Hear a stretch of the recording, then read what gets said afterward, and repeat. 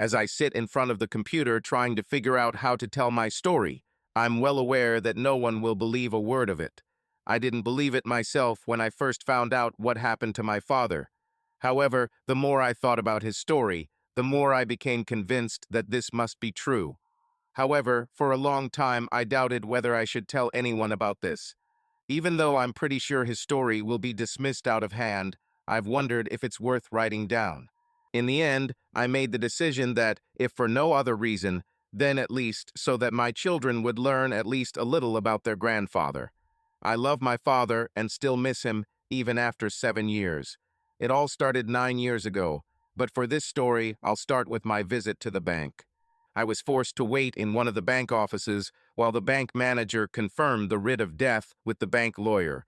While I waited, I pulled out and reread the note that had been delivered to me a week ago along with the key to the bank safe. It was written in my father's handwriting, but only the name of the bank was written on the piece of paper. This was the only message I received from my father in the last 7 years. The court order will give me access to my father's cell, to a safe I didn't even know existed. I can't believe it's been 7 years since my father disappeared. Some people think he was killed. Some believe he died in an accident and his body has still not been found. Others are convinced that my father ran away to avoid meeting his ex-wife. This is the most ridiculous of all theories. My father loved his ex-wife with all his heart. I can't imagine him running away from her. But to tell the truth, I didn't know what happened to my father. It seemed that he simply disappeared from the face of the earth. I suppose I should introduce myself. My name is Jake Stanton, and my father's name is Mike. Today, I am in the bank because of two events that happened one day apart. A week and a day ago was the 7th anniversary of my father's disappearance. This meant that my father's inheritance could finally be opened. The second event occurred the day after the 7th anniversary. The key to the safe was delivered to me along with a note from my father.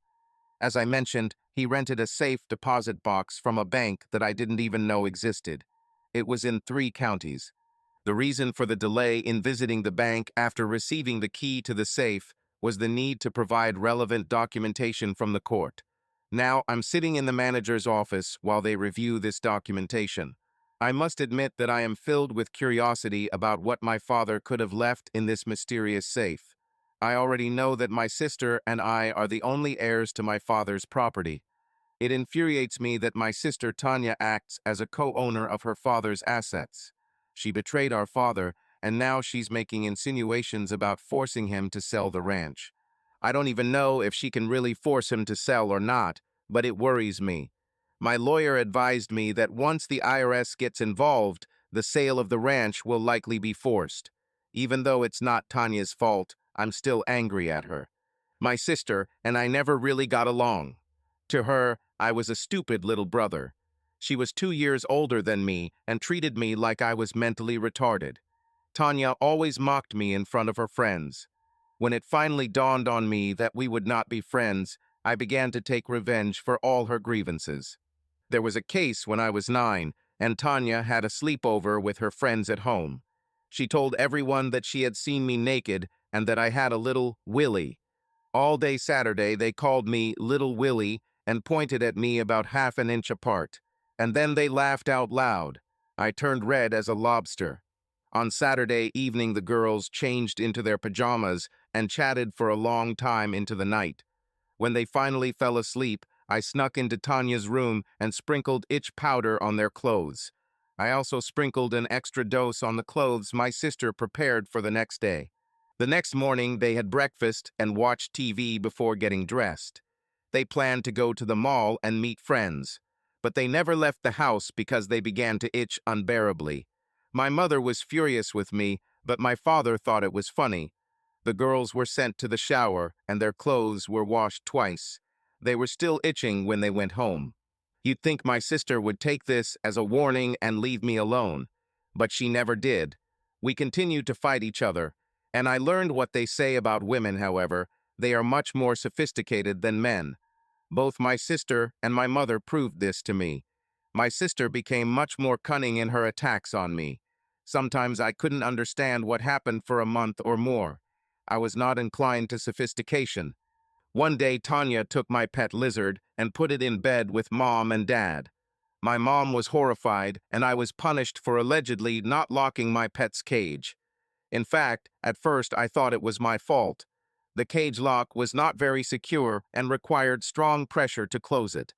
I probably would never have guessed that it wasn't my fault if I hadn't seen my sister grinning while I was being told off. In response, I shoved a cockroach down her collar. I still grin when I remember my sister screaming and tearing off her clothes on the lawn to get rid of the insect.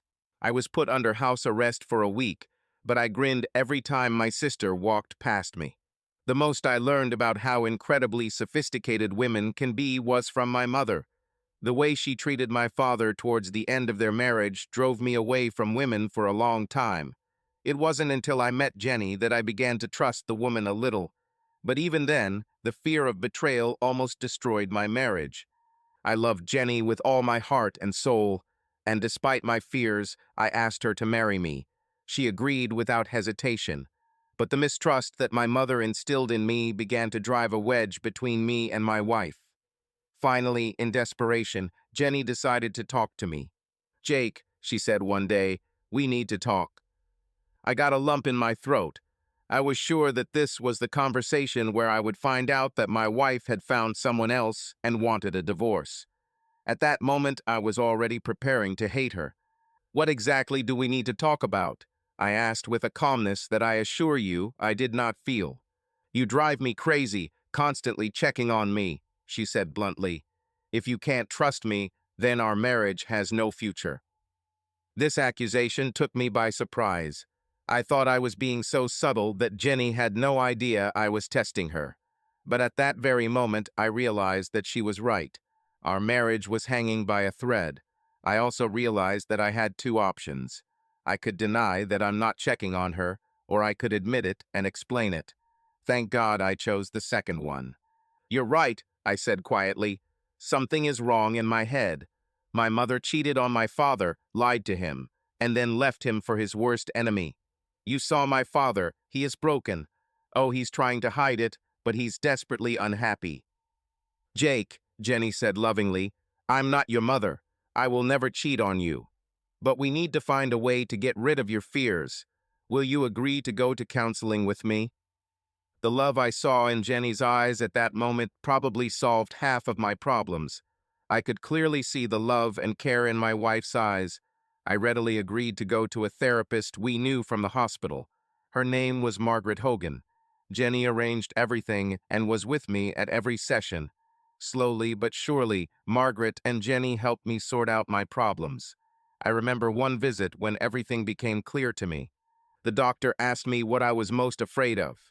I said that I was terrified that Jenny would find someone better than me.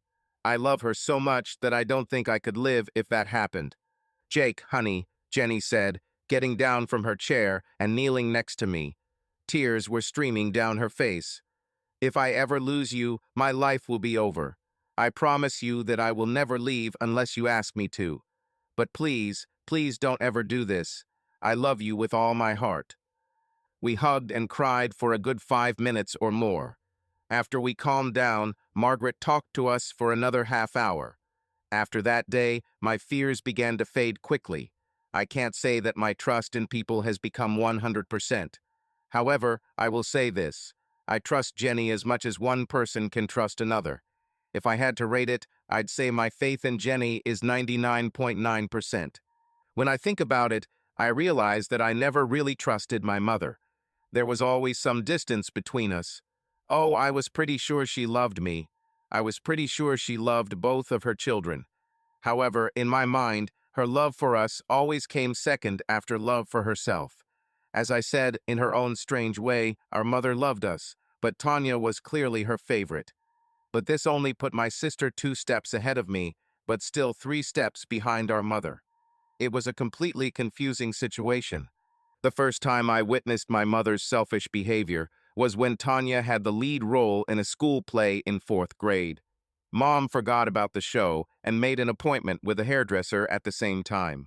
Mom and Dad were going to the blue and white ball at the hospital.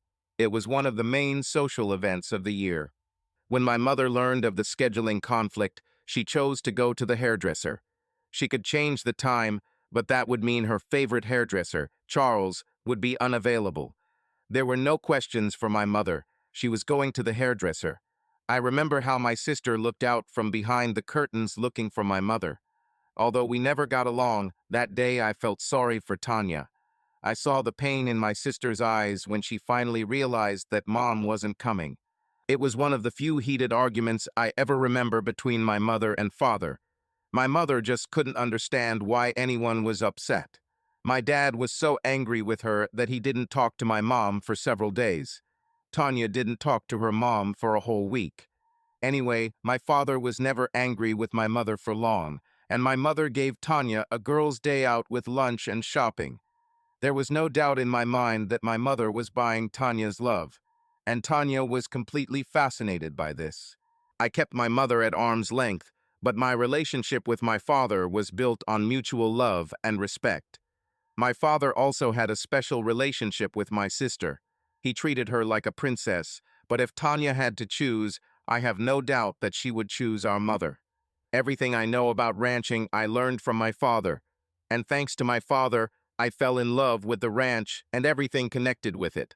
Like him, I started working almost from the moment I could walk. We were very, very close. The pain of not having him around is still with me, even 7 years after he disappeared. My mother destroyed my father's soul and destroyed my relationship with her.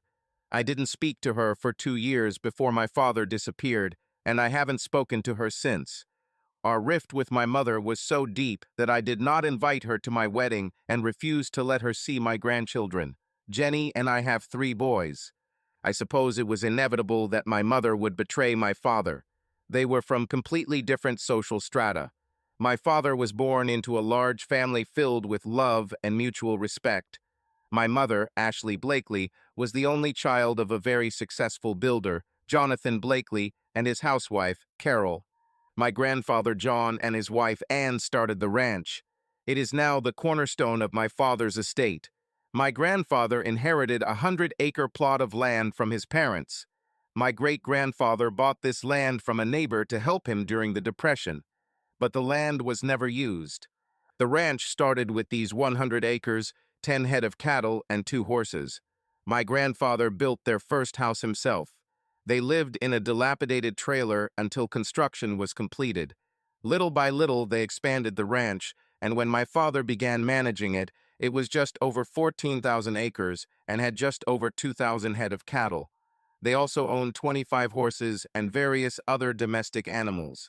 During their marriage, my grandparents had 6 children: Sam, Karen, Bobby, Kelly, Heather, and my father. It was a loving family where everyone supported each other. It was known that if someone hurt one of the Stanton children, he would have to deal with the other 5. Over time, all the children except Heather and my father got married and moved away. Heather was then killed by a drunk driver when she was just 17 years old. Even many years later, if my father talked about his sister, he would cry. They were very close. My father decided he loved ranch work and wanted to make it his career. This made my grandparents happy. My grandfather died of a heart attack a little over a year after my father graduated from high school. Although my father was still in college, he began managing the ranch. At the same time, my grandmother began teaching my father how to manage other businesses. My grandmother died almost 10 years after my father got married. My grandfather was truly a wonderful man. In addition to the ranch, he also built a feed store on another piece of land facing one of the main roads. He then became co-owner of a local pharmacy. This is a long story that has no relation to current events. Over the years, he acquired several other businesses, which again are not relevant to this story. For me, my father was a hero. Oh, he wasn't a celebrity or anyone rich or famous. He was just always there when I needed help, and he always seemed to know what I needed to do. I loved him as much as only a boy can love his father, not that I loved my mother.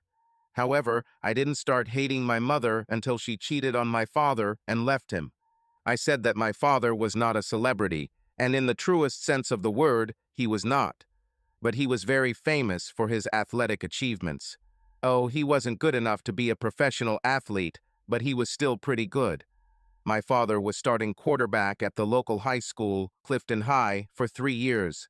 There is no doubt that this was the beginning of his problems in his marriage. The Clifton High School football team was made up of local farm and ranch kids. Their reputation was not based on grace, but rather on brute strength. That was until my dad became a quarterback. He was 5 feet 11 inches tall and weighed 180 pounds. He didn't have a particularly strong arm, but he was fast and smart. He also trained with his receivers at least an hour a day during the summer. By the time football practice began in the fall, my father and his receivers were already in peak condition. If you know anything about elite professional quarterbacks, you know that they must have a powerful throwing arm. They must be smart, tough, tall, and very accurate. I'm sure there are other qualities I've missed, but these are at the top of the list. Now, if you watch a professional football game closely, you will notice that the quarterback often throws the ball before the receiver makes his move. This was something my father did with great precision.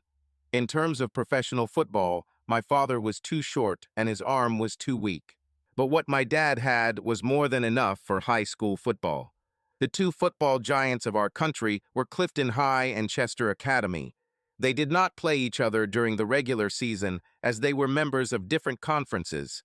However, they met in the playoffs almost every year, and the differences between the two teams and the two schools were like night and day. Clifton was a regular high school, while Chester was a prep school for the wealthiest people in the area. As I mentioned, Clifton recruited college players, mostly kids whose parents were farmers or ranchers.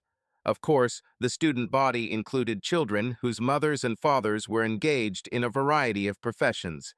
But the football team was mostly made up of kids from farms and ranches around the area. Chester, on the other hand, recruited players from the 5 surrounding counties. It was quite obvious that they were also taking players from far beyond these counties. If Chester needed a child for their football team, the father would mysteriously get a job at the local bank. The family then moved to one of the neighboring cities. That's how Tooker Morris started playing for Chester. Tooker, or Took as he was known, started playing for the first team at a high school 300 miles away. He was such an exceptional athlete that he led that team to the playoffs for the first time in 10 years. Tuck also played in attack and defense. He was the team's quarterback and starting center fielder. The ability to play on both sides of the line was unheard of. No doubt, this is what attracted the attention of Chester officials.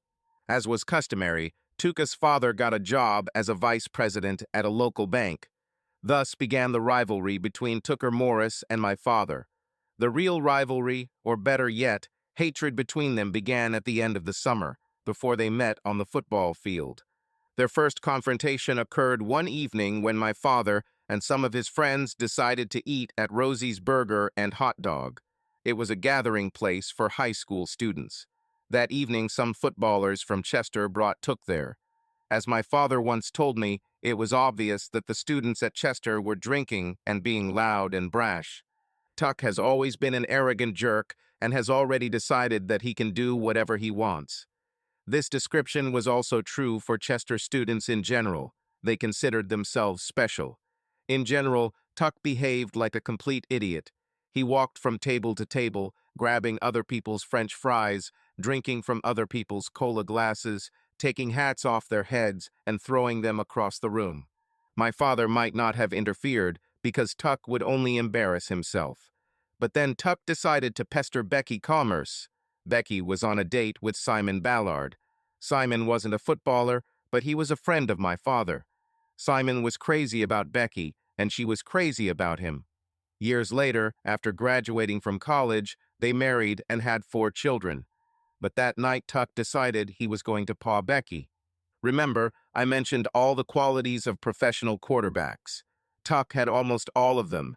He was 6'3", weighed 200 pounds, and had a gun for an arm. The knock was fast, but my father doubted its harshness.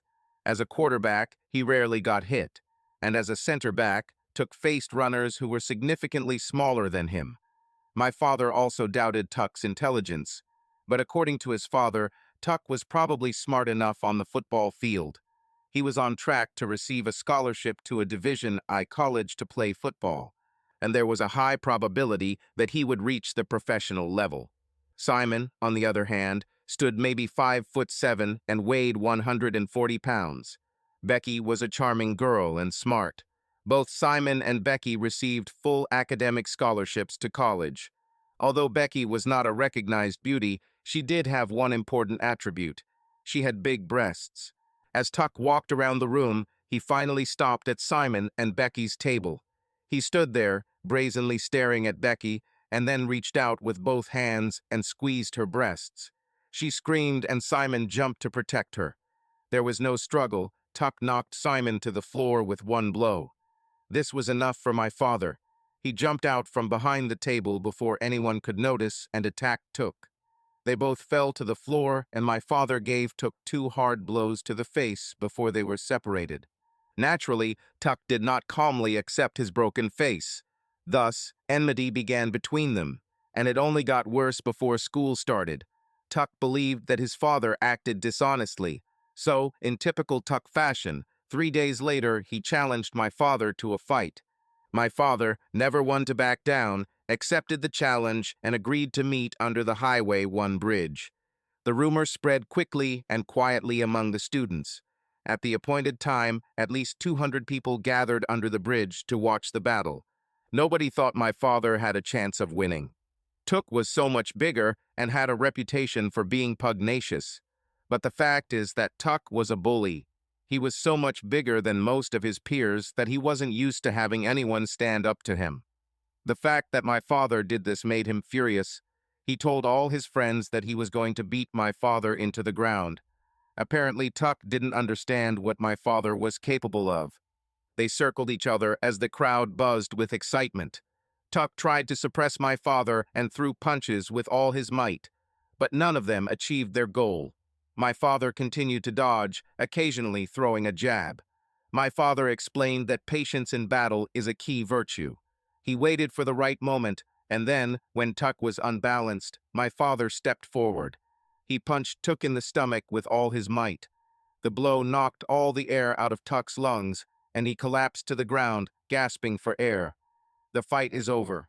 However, the hatred between them increased sharply. Somewhere in the second year, my father found the girl of his dreams and my future mother, Ashley Blakely. At that time, Ashley's father was a small but growing developer in the area. She had just started school at the start of my dad's freshman year. However, they only met in their second year.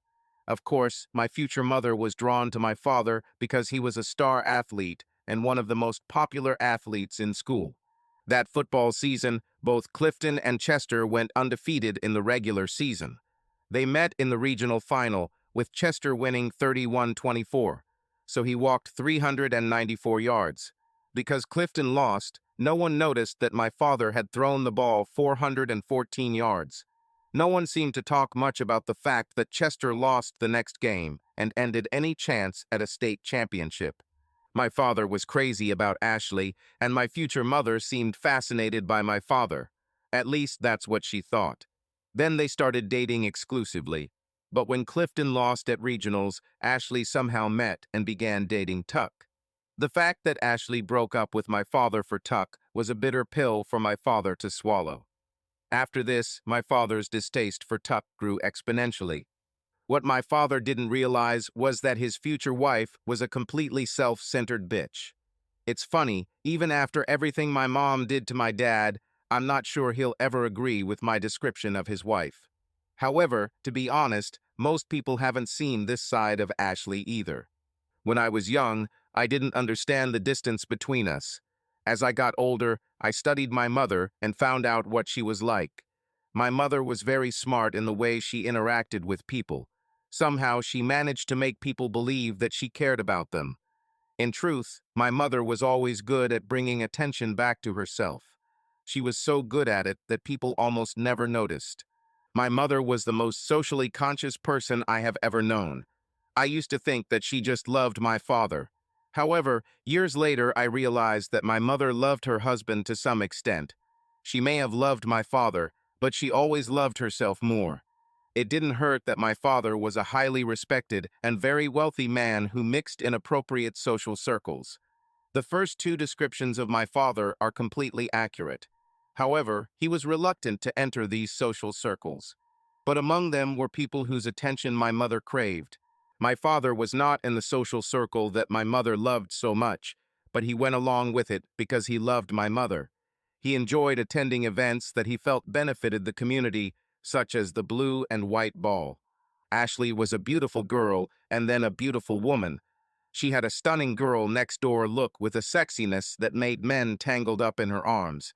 When she was married to my father, I heard rumors about her affairs. I never knew one way or another, and my father never spoke on the subject. However, if I had to guess, I would say that there was at least some truth to them. I saw how my mother manipulated my father to get what she wanted. I had no doubt that she would use her sexuality with other men if she wanted something.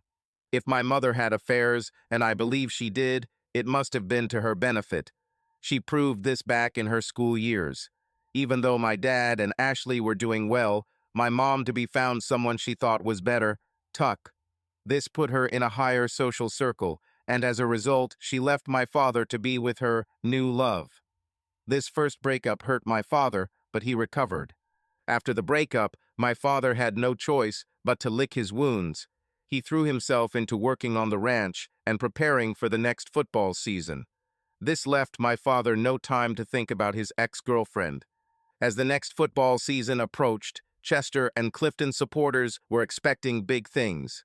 As with the previous season, both schools completed their regular schedules undefeated, and according to the playoff schedule, they met in the division finals. Once again, Chester prevailed 27-24. Tuck threw for 432 yards and won the game with a Hail Mary pass in the final minute. No one seems to remember that the quarterback slipped and fell during this play. They also didn't remember my father throwing for 404 yards, taking his team down the field from the 2-yard line, scoring and giving Clifton a 24-20 lead with less than 4 minutes left. Once again, no one seemed to remember that with a minute and 17 seconds left in the match, my father took his team to the Chester penalty line. And on the last play of the game, my father made a perfect hit to his receiver on the 2-meter line. But, as sometimes happens, the receiver began to run before he had the ball. It turned out to be incomplete. There has been debate for years about whether this receiver could have scored. When the ball hit the receiver, there were 2 defenders right at the goal line. I'm inclined to think he would have scored, but I'm biased.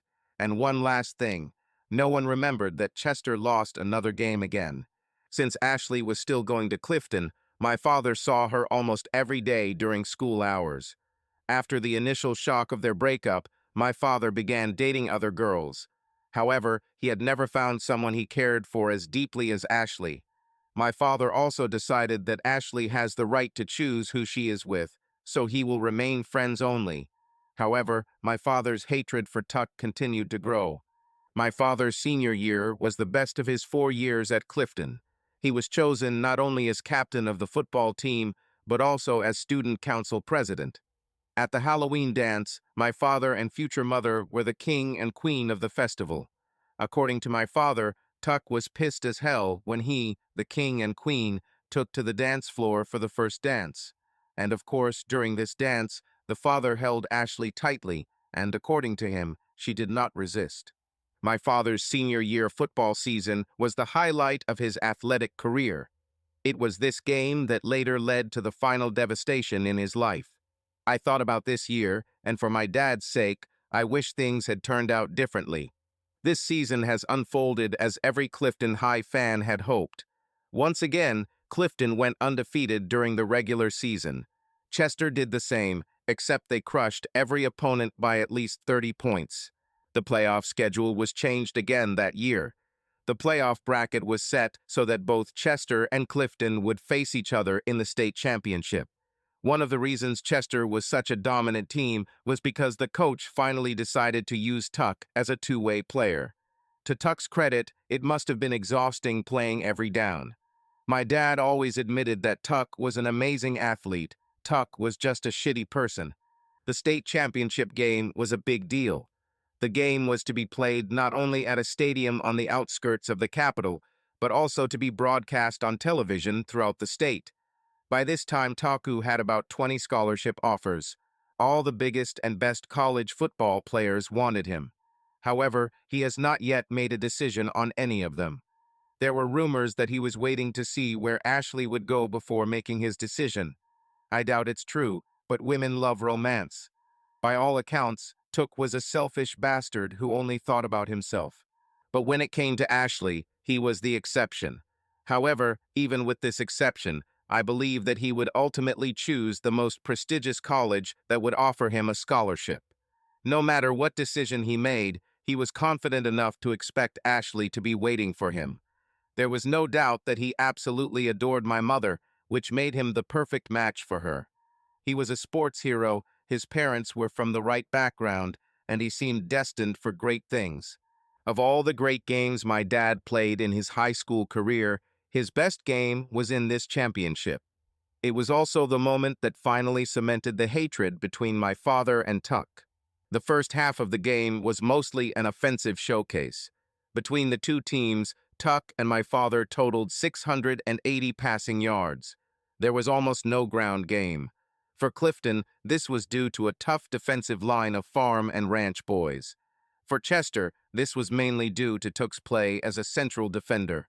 Throughout the first half and most of the third quarter, college coaches were probably salivating at the thought of Tuck playing for them. Even after everything that happened between them, my father always admitted that Tuck was the most talented athlete he had ever met. For the first 3 quarters, Tuck punished my father at every opportunity. This game took place before all quarterback protections were in place, so every time Tuck broke through the defense, he drove my father into the ground. But every time it happened, my father stood up and smiled at him. These smiles eventually started to irritate Tuck, and he started hitting my father belatedly. Most of these attacks went unpunished. However, there was one rare occasion where a fine was issued against Chester, which cost them dearly. It was 4th down and goal at the Chester 3-yard line, and Clifton decided to take his chances. The score at that moment was 31-31. The Clifton coach decided that there would not be enough space for a goal and called for a simple diagonal pass. But Chester had this pass covered, so my father had to improvise. Finally, he found Randy Thompson in the far corner of the touchdown zone. My father hurriedly threw the ball and watched it fly when Tuck crashed into him.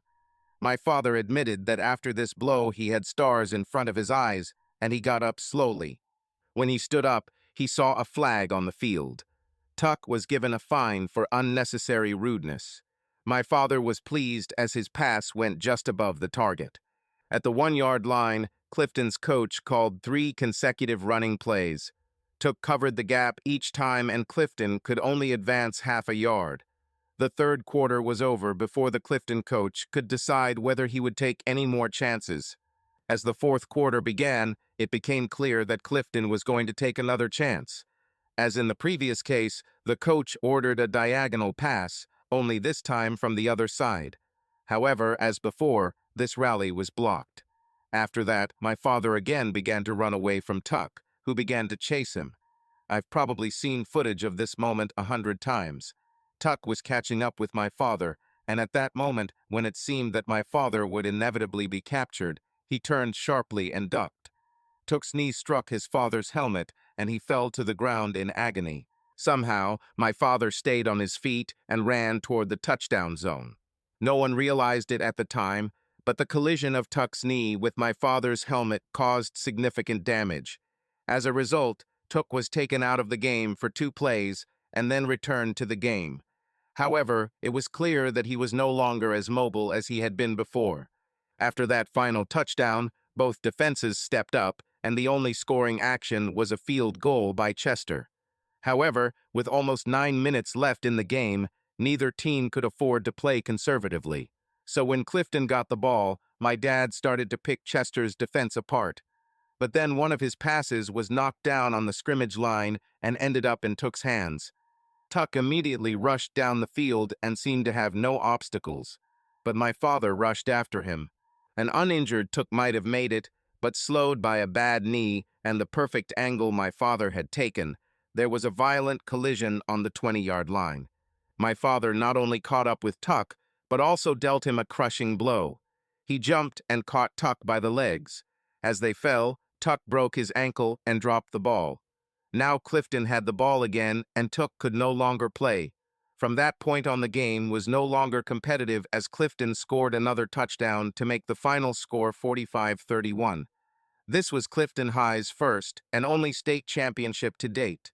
In typical Chester Academy fashion, when Tuck was no longer of interest to them, his father was fired.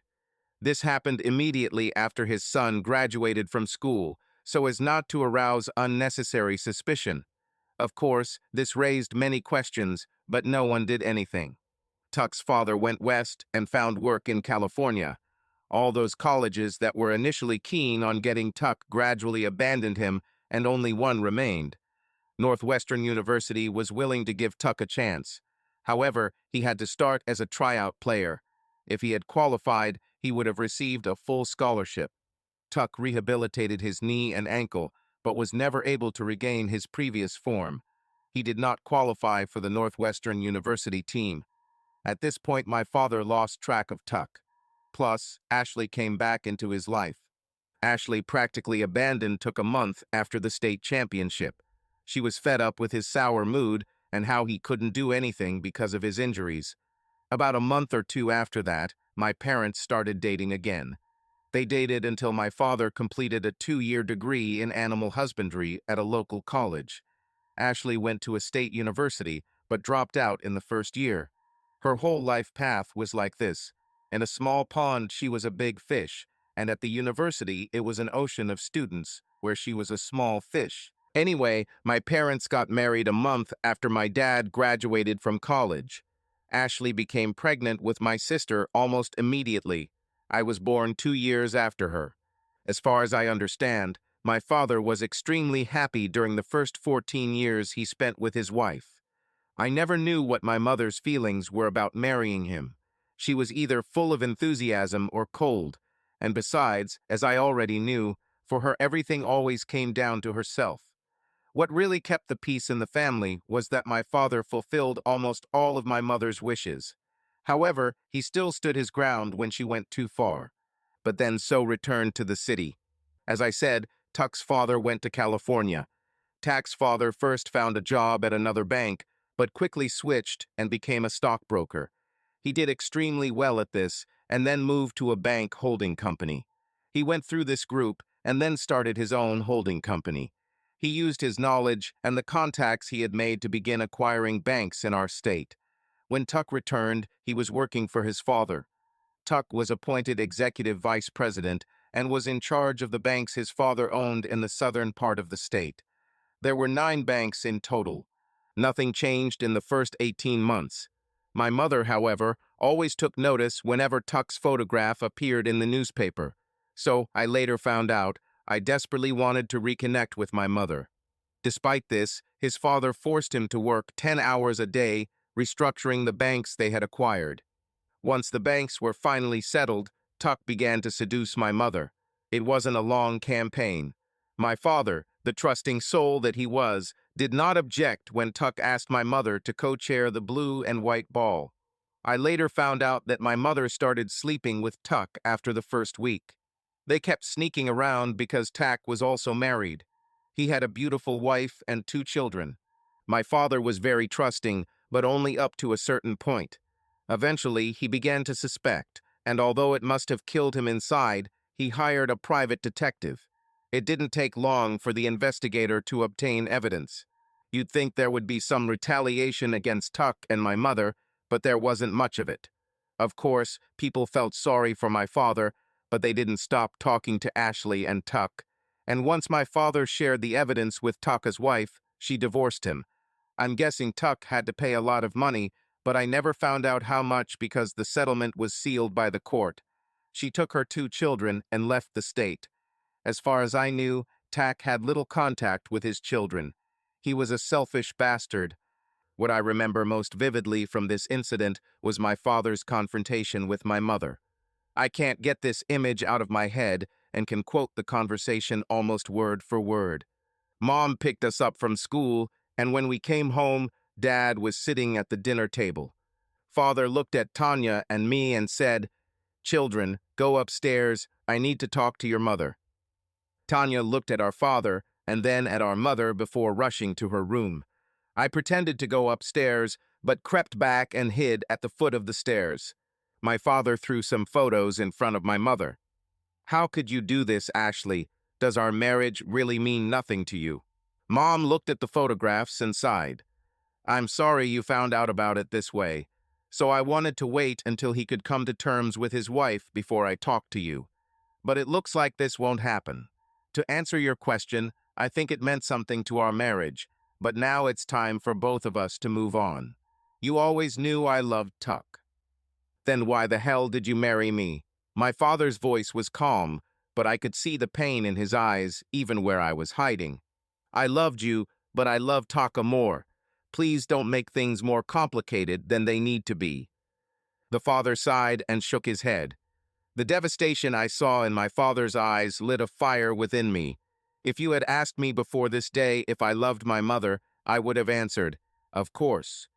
And until that moment, I loved her.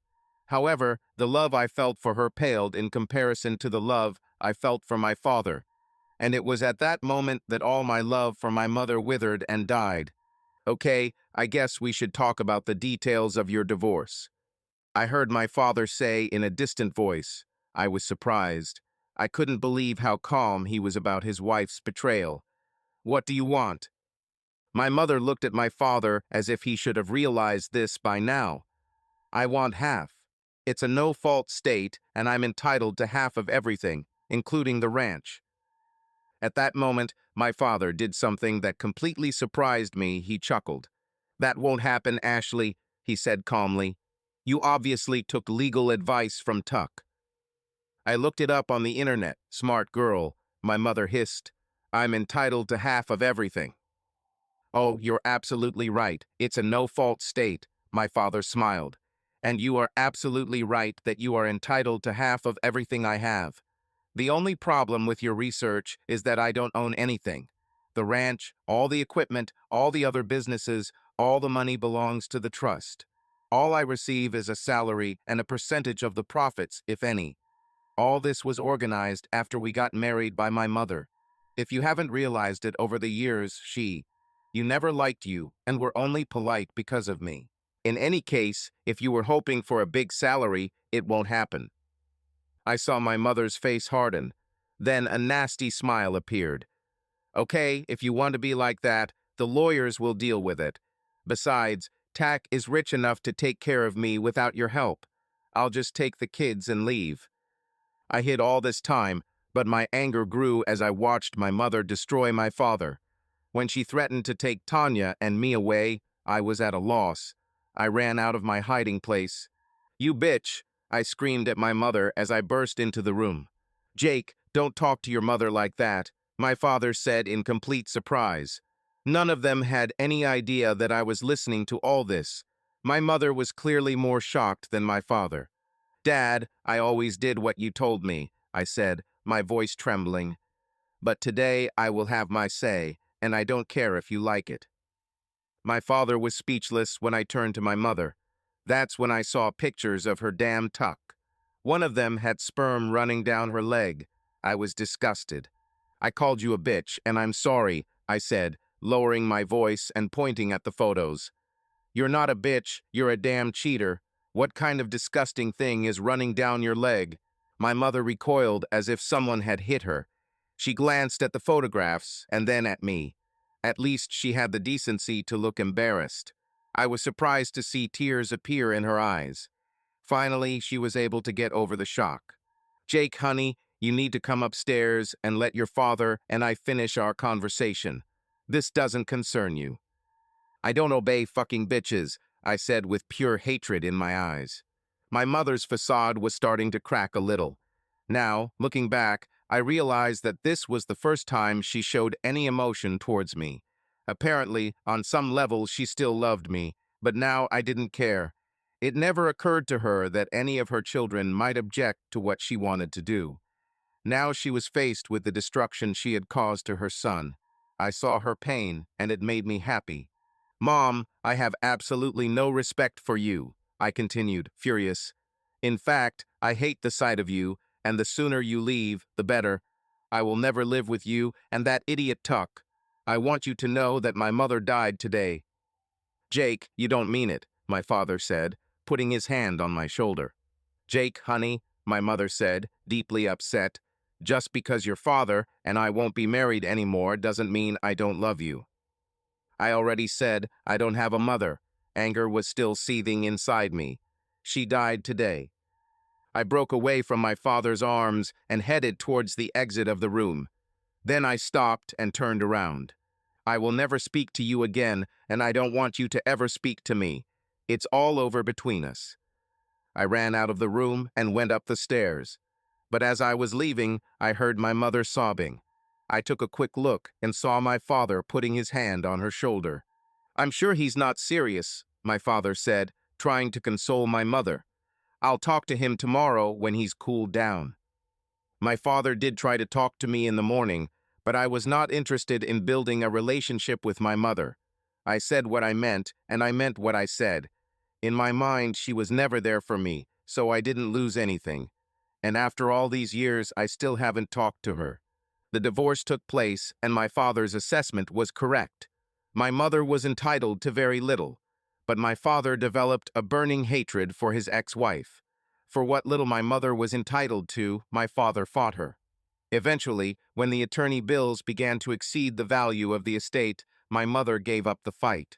It was one of the very rare happy days for my father. Talia chose to live with her mother, and I stayed at the ranch. At first, my father was not upset that my sister decided to live with her mother. I think he expected it. But when she confronted him at one of his divorce hearings, everything changed. From that day on, my father no longer spoke to Talia or mentioned her. I don't think Talia was ever happy living with her mother. Talia never said anything bad about her mother, but I know that she was devastated that her father broke ties with her.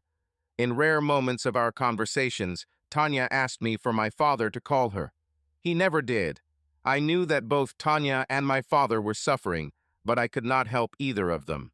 This was another consequence of my mother's selfishness.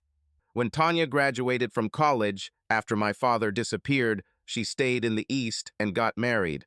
I was not invited to either event. I didn't understand why, and it made me angry. After that, I stopped communicating with Talia. Now we have an argument over the ranch, and I'm afraid that she will win. She wants to sell everything, but I don't. This is all very complicated because of the trust, the lack of a will, my aunts and uncles, and my father's disappearance. I manage everything in his absence. About a week after I took it on, I discovered that my father's siblings had transferred half of their shares to him several years ago. They all believed that since father did all the work, he should get the lion's share. Now my father owns 60% of everything. Now that my father is officially dead, the lawyers told me that if I wanted to keep the ranch, my sister and I would have to raise a lot of money to pay the taxes. This is the main reason why my sister wants to sell everything. She and her husband don't have money to pay taxes, and they don't want to go into debt to try to save the ranch. The problem with my father's inheritance is that he had nothing prepared. This completely surprised me because he was a very meticulous planner. Everything my father controlled was carefully planned, so when I found out there was no will, I was shocked. Now the state was going to step in and decide how everything would be distributed. It was complete chaos. After the divorce, Tack and my ex-mother got married within a month, and as you would expect from Tuck, he bought a large piece of land right across from our ranch and built a huge house on it. Tack did this so that my father would see him every time he drove out the front gate. When the divorce was finalized, my father went to work, as it was the only thing that brought him joy. While I was still living at home with him, he would sit on the veranda for hours in the evenings, just staring into space. His heart was broken and his soul destroyed, and now he was consumed by his hatred of Tucker Morris. The worst part was that Talk continued to bully my father at every opportunity. Without a doubt, Tack hated my father, and winning his wife was his greatest victory. Don't get me wrong, Tuck was crazy about Ashley, but beating my father made it even sweeter. Whether my ex-mother believed in Tack's feelings, I doubt it. Tack's abuse of my father reached such a level that my father began to limit his trips to the city. He began to miss all social events, but this was not enough for Tack to stop. The only thing my father was still actively involved with was the Cattlemen's Association. It was a group that defended the rights of pastoralists. My father served as chairman for 2 years and was elected to his third and final term. You could serve as chairman for a maximum of 3 consecutive years. During his third year as a member of the association, Tack joined the association and was quickly elected to the board, so that my father had to deal with him at every meeting. Tuck always brought Ashley with him to every board meeting. Of course, she didn't stay, but Tack always showed how passionately he kissed her before leaving. My ex-mother was there to humiliate my father, and she seemed to enjoy it. Tack and my mother had been married for about a year and a half when things started to go south. I didn't understand why my father did what he did. I also didn't understand my ex-mother's actions. It seemed as if the world had turned upside down. Nothing made sense anymore. "Mr. Stanton," a voice pulled me out of my thoughts.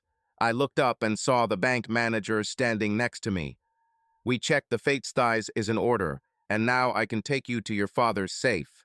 I think you want to inspect the contents in the private room." "Oh, yes, please," I replied, rising to my feet. The manager showed me to the storage room, where we collected the box and headed to a private room. The room was slightly larger than a closet, but there was a table and chair. When the door closed, I locked it and placed the box on the table. I opened it and found 2 large envelopes, and on them lay one small one, the size of a letter. First, I opened the small envelope and found a letter from my father, written in his own hand. I immediately recognized his handwriting. "Dear Jake, I'm very sorry that I left you without a word. However, I had no other choice. There was little time, and you were out of town. Besides, it's better that you don't know, because I'm sure you would try to stop me. The decision to leave was my own choice, and I will never return." The other 2 envelopes in this box contained the full story of what happened to me and my last will and testament. The will is certified by a notary, and the envelope contains the business card of the law firm that prepared it. When you read my story, I know your first reaction will be to think I'm crazy, but believe me, every word is true. When you read this, you may assume that I am alive, but please don't tell anyone about this, not even your wife. Where I went, no one will ever find me. After reading my story, you will understand why. During the course of my story, I asked you to do several things for me. I know it will be difficult, but I ask you to fulfill my requests. I won't be able to fully atone for my sins, but if you agree to do what I ask, I believe it will help reduce the suffering I have caused. I am deeply ashamed of my actions. Don't worry about me. I'm happy and, forgive me, happy where I'm going. The only thing I regret is that I will never see you and your sister again. I always tried to be a good father, but I know I failed when I disappeared. I want you to know that I have always been very proud of you and loved you as only a father can love his son. I also loved your sister with all my heart, no matter what. Even if you don't believe a word of my story, please do the little favors I asked for. It will mean a lot to me. I have caused so much harm. I love you more than words can express. Your father. I put my father's note on the table and leaned back in my chair. I was shocked. My father is still alive. Where could he be? In the modern world, no one can hide forever. But I have already spent a considerable amount on private detectives trying to find him, without success. I was puzzled and disturbed by my father's remorse. What did he do that he wanted to atone for? I went over in my mind the 2 years before my father's disappearance and found no guilt behind him, despite all the chaos that happened. So many emotions and thoughts overwhelmed me. But perhaps the main thing was complete happiness that my father was still alive. At that moment, I did not believe for a second that it was impossible to find him. I decided to once again hire the best private investigators I could find. This time I felt they had a real chance of finding it. It really bothered me that my father felt guilty about something terrible. Again, I replayed everything in my mind, especially the last 6 months before his disappearance, and yet I couldn't remember anything he had done that was so wrong. I quickly looked into both large envelopes, then pulled out his story. Mother's story. Jake, if you're reading this, it means I've been gone for 7 years. As I mentioned in my note, please don't tell anyone that I'm alive. It would be almost impossible to explain where I went. I know it will be hard for you to believe what I say, but every word in this story is 100% accurate, and although the writing style may seem strange to you, I will explain why this is so. You already know the story about your mother, Taka, and me, so I won't go back to it. Suffice it to say, when your mother left me for Tak, I was devastated. Losing your mother to any man would be catastrophic, but losing her to the man I hated the most drove me to the brink of insanity. I went into a very dark place. I wanted to take revenge on both of them and hurt them worse than they hurt me. This hatred twisted me in ways I didn't even realize. It ended up causing me to do things I can't justify, and I'm deeply ashamed of what I did. For this terrible act, I beg you to forgive me. This is the first of the requests that I urge you to fulfill. However, if after reading this you cannot forgive me, I understand. I will still love you as much as only a father can love his son, and I hope that you still have even the slightest bit of love for me. While I take full responsibility for my actions, Ashley and Tak are not without sin. They betrayed me and tried to torture me at every step. Tak constantly reminded me of my loss, and she supported him in this every step of the way. I think she enjoyed it, perhaps because of the divorce. I don't know, and I don't want to know anymore. I have to admit that our divorce process was not my best moment. I should have just let Ashley get the $20,000 or $30,000 she was entitled to. But I was out of my mind. I was full of hatred for both of them. And despite this, I was still madly in love with your mother. However, I sought revenge, but I got much more than I bargained for. My decision to leave began to take shape 6 months before I actually left. In fact, this happened on the night of that terrible storm that knocked out power to the entire city for 6 hours. If you remember, I sent you home to your new wife shortly after the heavy rains started and the power went out. Tornado warnings were issued, and I knew your wife would be scared. As it turns out, your rental home flooded that night due to leaks in the roof. Without electricity, I got out lanterns and candles. Then he poured himself a scotch and settled into a chair. It was almost midnight, and I was still sitting, sipping on my fifth glass. Yes, I drank too much then, but after sunset, it was the only thing that gave me a little peace. As I sat there, half asleep, listening to jazz on the battery radio, I felt the house shake. At first, I thought it might be an earthquake, but that didn't make sense since the shaking only lasted a couple of seconds. Whatever it was, I decided to ignore it and continued to doze. After about an hour, I decided to go to bed because I wanted to get up early for work like always. I was already on the stairs when I heard some noise on the front veranda. The wind was still blowing quite strongly, so I thought something might have fallen. To my complete shock, I found a woman lying to the left of the front door. She was injured. She was also almost unconscious. I think the alcohol clouded my mind because I barely noticed her clothes. She appeared to be wearing a sea green jumpsuit, but my attention immediately focused on her wounds. As I helped her to the guest bedroom, I examined her wounds. At that moment, I thought some of them might be serious. Anyway, I told her the cuts needed to be cleaned and bandaged. I explained this with words and gestures. She said with some strange accent, "I'll heal." I didn't recognize the language, but I didn't understand how she could treat the wounds herself, if that's what she meant. This mysterious woman could barely move. I examined her wounds again and realized that there were only a few on her back, and they were minor. Only the legs and stomach seemed to have more serious cuts. But it still didn't make sense for her to try to bandage herself. "I don't think so. You can barely move. I'll do it myself." "No, I'll heal," she shook her head. "You can't do this yourself," I said irritably. "Listen, if you don't want me to help you, I'll take you to the hospital or call a doctor."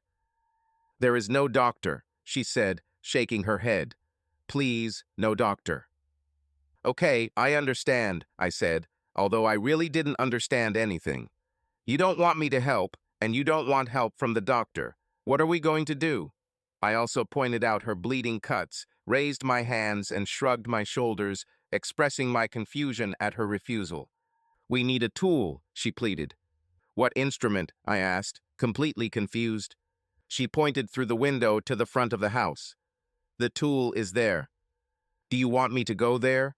I pointed to the same window that she showed. Do you want me to go out in the rain? I won't be able to find anything in the dark. Even before I could finish my objections, she took out of her pocket an object that resembled a woman's powder compact. This tool will help, she said, handing it to me. I picked up the item and saw that there was a red light in the center of the device that moved towards the edges. Light streams were directed towards the front window. I thought it was probably some kind of GPS device, but I've never seen anything like it. Please find the tool, she begged now. Blue, find blue. At this moment, the woman began to lose consciousness, but the pleading look in her eyes penetrated deep into my heart. Despite her protests, I decided to call an ambulance, but there was no signal on my mobile phone. I later learned that several cell phone towers were damaged during the storm.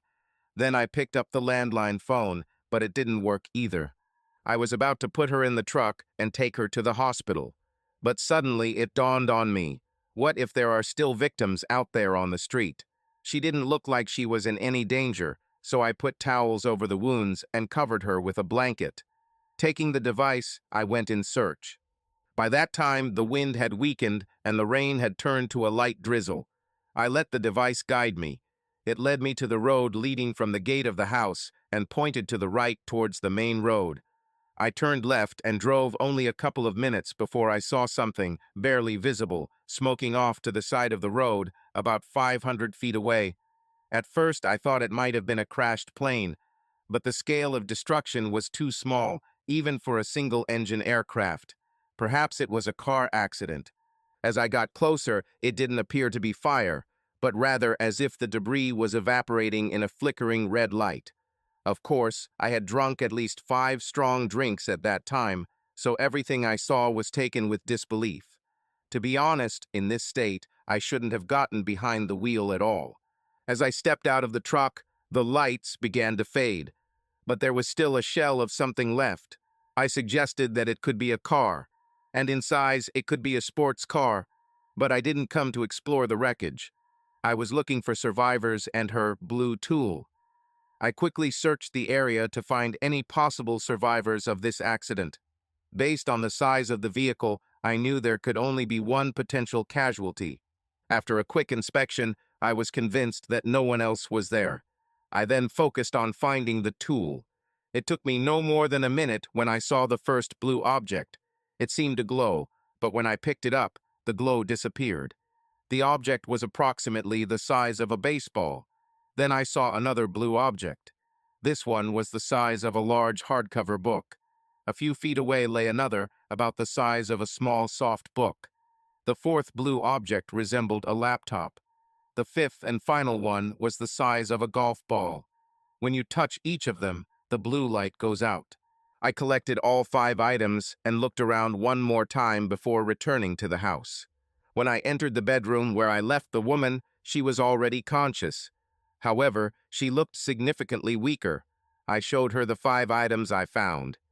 Here's what I found, but I think you need to go to the hospital.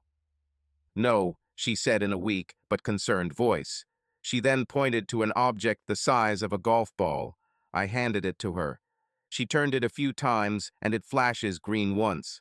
When the ball darkened, my mysterious guest put it to her mouth and drank the liquid that began to ooze from a small hole.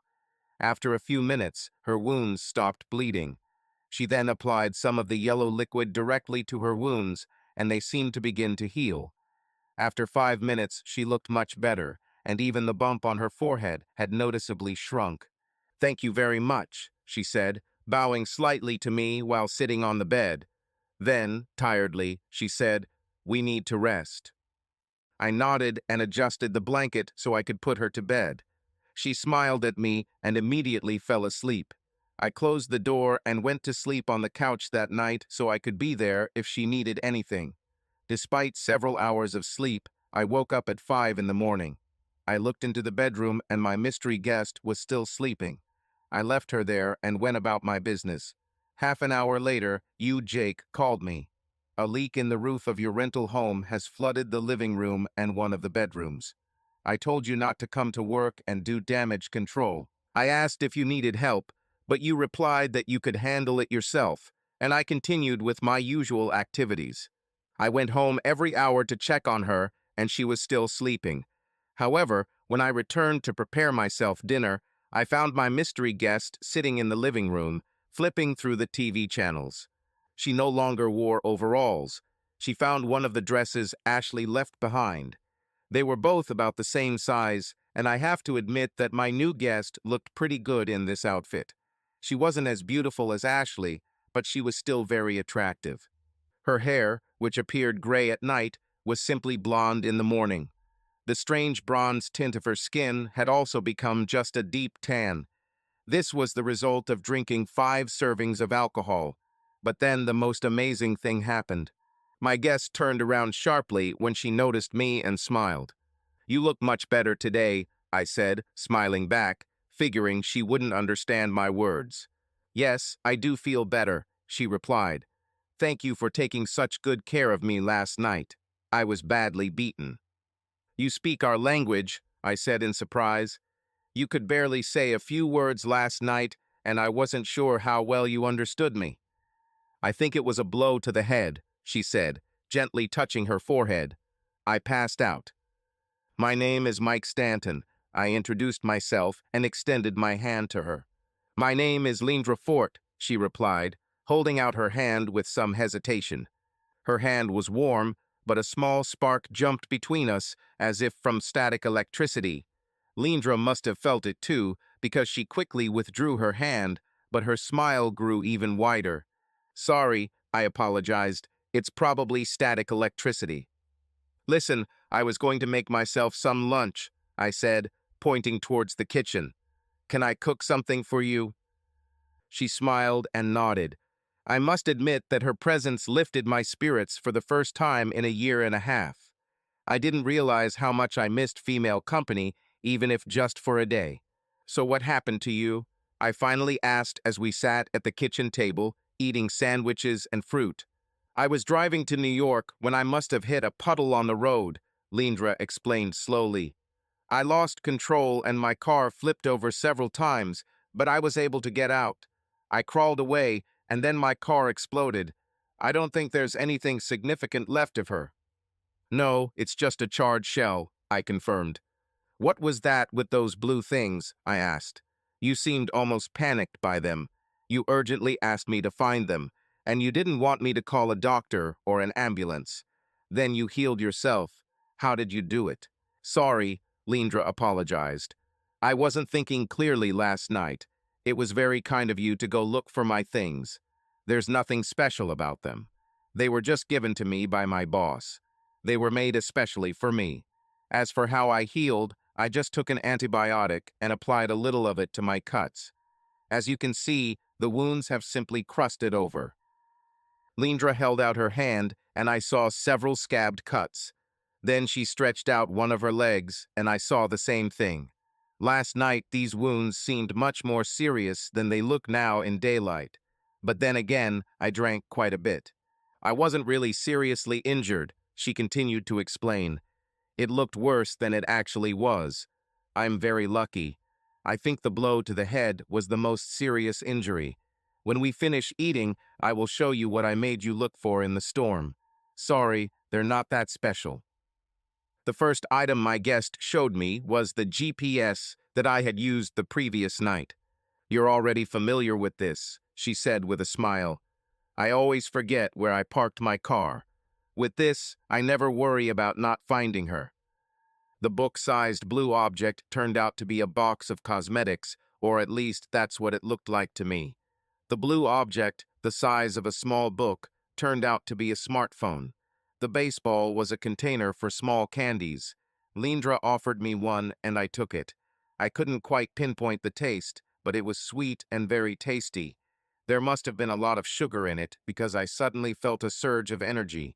Leandra explained in more detail about the medicine she took last night. It turns out it was a new drug developed by the company she worked for. The drug was in clinical trials, and Leandra was the senior chemist on the team that created it. The medicine pellet, she explained, was a new delivery system. There were coiled tubes inside the ball, and when activated, they squeezed the liquid out. I offered to remove the remains of her car, but she said the insurance company would want to look at them first. Leandra explained that she had already contacted them, and they promised to send someone. If you can recommend a good hotel or motel, Leandra said, her voice tired, I'll go away and leave you alone. Even though I enjoyed her company, Leandra still looked very weak, so I invited her to stay. Listen, you don't look fully recovered, I said carefully. You can stay here as long as necessary to fully recover. You will have your own room and your own bathroom. It won't cause any inconvenience to me because I'm mostly at work, so you'll have the house to yourself. That would be a terrible burden, she protested. I can rest in a hotel until I recover enough to continue to New York, but I would like to invite you to dinner as a token of gratitude, and maybe you could show me around. Nonsense, I waved my hand and smiled. I don't want to hear about it. Until you recover, you will remain here. I'm a good cook. Plus, it will be nice to chat. Leandra smiled at me and agreed to stay. I must admit that my loneliness and hatred began to gradually go away. However, not even a day had passed before Leandra seemed to sense my deep unhappiness. Of course, even a blind man would have noticed how lonely and full of hatred I was. Anyway, gradually she was able to get the whole story out of me. I ended up saying that despite everything Ashley had done to me, I still loved her and would take her back without hesitation. Leandra looked at me curiously when I finished. She seemed to be studying me. The emotion of love, Leandra said with a sigh. It's 96% chemical. It is a chemical reaction that starts primarily in the brain, but also in other parts of the body.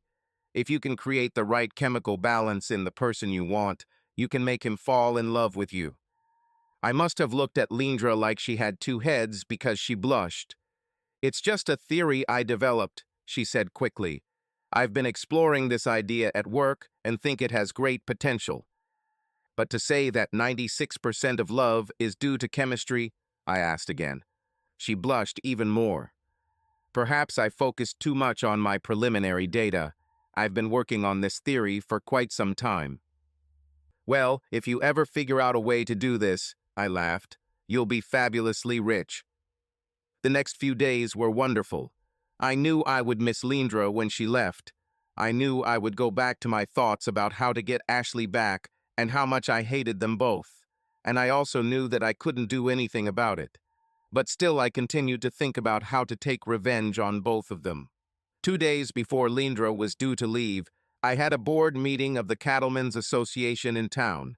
I told her I'd be back around 5 p.m., and if she wanted, I'd take her out to dinner. This will be a kind of farewell dinner.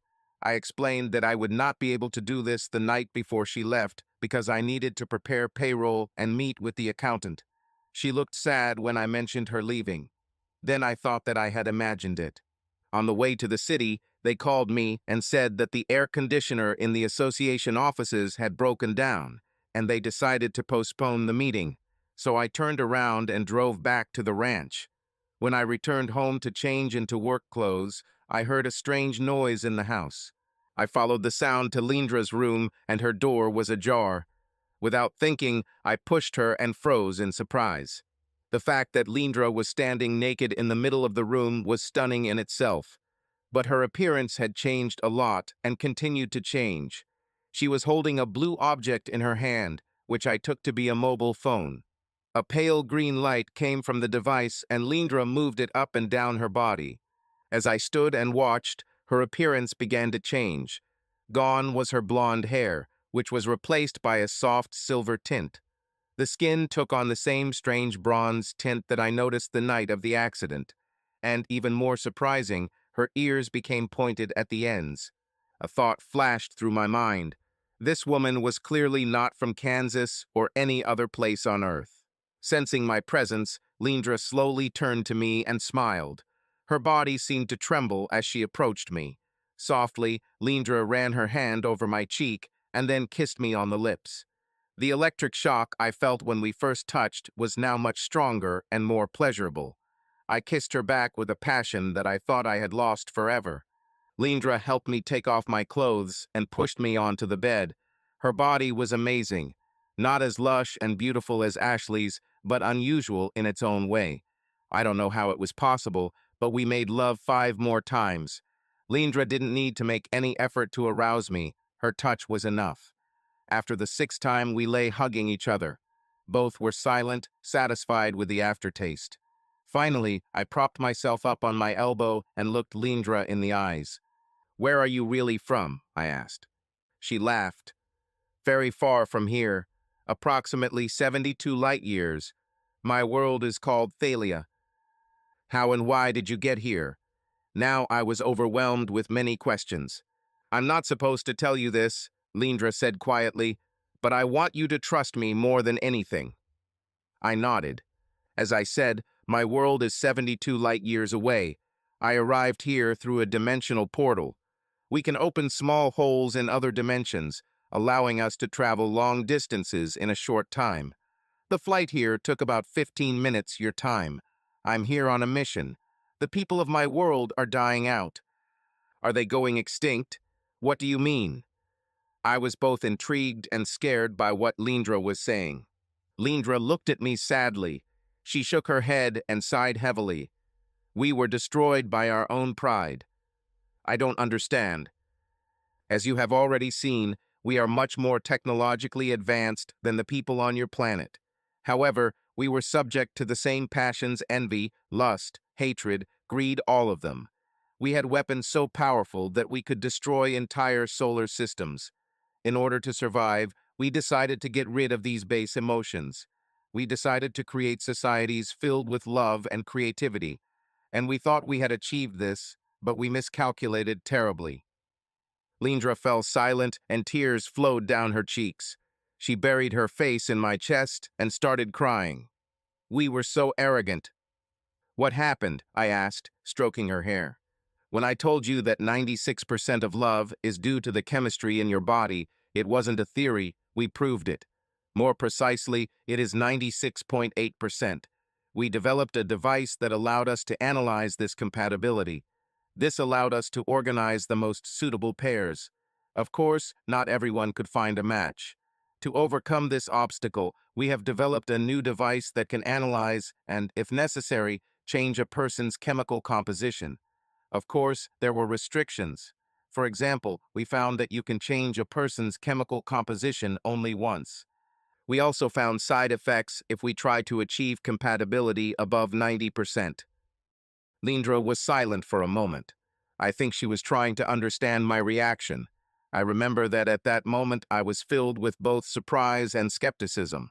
Apparently satisfied with what she saw, Leandra continued. "If both people have at least 60% compatibility, true love can arise between them. The higher the compatibility, the stronger the love connection. Thus, we have more or less resolved the issue with love. Using the same principles, we developed a chemical substance that was supposed to significantly reduce base emotions. And it seemed to work, at least in clinical trials. But when we spread it into the atmosphere, it had unexpected consequences. In less than a year, almost all the men on my planet have become infertile. This caused chaos and catastrophic wars as nations tried to acquire the few remaining fertile males. Over the past 200 years, by your time, my planet, which used to have 6 billion people, now has barely 100,000. But that still doesn't explain why you're here." I was confused and shocked by what happened on her planet. "We search the universe for species that share our DNA. We then look for fertile men for our women to mate with. We have discovered that people on this planet have similar DNA to us, but only a few men are compatible. About 1 in a million can impregnate one of our women. I wasn't scheduled for this mission, but one of the women got sick, and I was replaced at the last minute. However, while flying to New York, My capsule was struck by lightning and I crashed here. But it was a very lucky coincidence. Not only did I find a man who could impregnate me, but also a man with whom I had a strong chemical compatibility, which led to me falling in love with him. I was taken aback by this last remark. "Are you talking about me?" She nodded and kissed me. "You have already given me a child, and it will be a boy." "You already know this? We've only been together once." "We've actually been together 6 times, Leandra giggled. "But you conceived the child for the first time. The other 5 were just for fun and because I love you." I sat down, leaning against the head of the bed, with Leandra's head on my chest. "You couldn't speak our language that first night, could you?" I asked.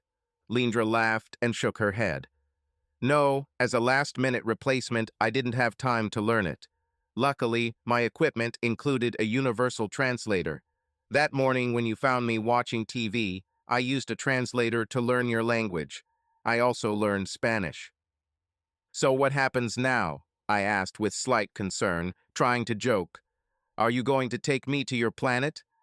"No," she looked at me completely seriously. "Our laws prohibit us from kidnapping anyone. However, you can accompany me to my homeland. If you go, you will be greatly respected, and you will have someone who loves you with all his heart. Would you do this?" The idea seemed appealing, but in the end, I gave up. My son is not yet ready to take over the ranch. Plus, I'm still madly in love with Ashley, and it is precisely because of this that, ultimately, you will not be happy with me. In my mind, I understand that I will never get my ex-wife back, but my heart refuses to accept it. And no matter how twisted it is, I want to take revenge on her and her husband. Tears rolled down Leandra's cheeks, and she sighed heavily. "I suspected you wouldn't want to come with me." "Even if I don't go, could you stay a little longer?" I asked hopefully. She shook her head. "No, my time here is limited. If it were not for our compatibility, I would not have stayed for this period. When I scanned your chemistry, I found that we were 89% compatible. On the other hand, I'm 98% compatible with you. It is very rare for compatibility to exceed 90%. That's why I love you so much." Leandra reached over and kissed me, and then pressed herself against my chest again. "I still don't understand why you can't stay longer," I said almost pleadingly. "I must return to my planet tomorrow, before our portal to the dimension closes. These portals can only be opened rarely, and they close after a week. If I don't come back tomorrow, I'll be stuck here for 6 months until the next portal opens. However, I won't be able to disguise myself for that long." "But your capsule was destroyed."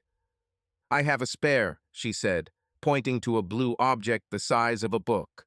After everything I had seen and heard, there was no doubt in my mind that this blue object would somehow be her transport home. But then she surprised me with her request. "But before I go, will you let me meet this woman who makes me unable to stay with you?" My first reaction was to say no, and I wish I had followed it. But in the end, I agreed, and everything that happened that night was my fault. I had to live with the consequences. However, I thought that maybe seeing Ashley and Tuck with Leandra on my shoulder would make it more bearable. Maybe I even thought it would make Ashley jealous. But none of this happened. I knew Ashley and Tuck would be at the quarterly dance at the country club. Ashley was on the event committee, and she lived for events like this. She could show off her new dress, flirt with men, having with her a husband who adored her. She could have it all at once. When I decided that Leandra and I would attend this evening, I couldn't let her wear one of the dresses Ashley left behind. Luckily, I bought Ashley a new designer dress for her birthday, just before everything fell apart. It was still hanging in the closet under a plastic cover. The new dress fit Leandra perfectly, and I wore one of the 2 suits I had. When we entered the club, people were surprised to see me there. I think they were even more surprised to see a beautiful woman on my arm. I was pleased that most of those present were sincerely happy about my arrival. I noticed Ashley right away. She was surrounded by several young men, with Tack next to her. It always pissed me off when Ashley did that, but apparently Tack didn't care. He seemed to have a "you can look, but don't touch" approach. "She's mine." Leandra pulled out what looked like lipstick from the purse I had given her and almost dragged me over to where Ashley and Tuck were standing. Ashley looked up in surprise when she saw me, and her eyes widened when she saw Leandra on my shoulder. Her gaze then narrowed as she noticed the designer dress Leandra was wearing. Ashley had never seen the dress and didn't know I bought it. "Well, who brought this to us?" Ashley said sarcastically. Tack grinned, and Ashley continued. "What do we owe for such a visit? If I remember correctly, Mike, you hate these types of events." "Finally got the courage to meet us?" Tack asked with a grin. "Your ex-wife really looks great today, doesn't she?" Tack couldn't pass up the opportunity to remind me of my defeat. The hatred between us was still strong. Leandra looked at me and squeezed my hand. This was her signal to remain calm.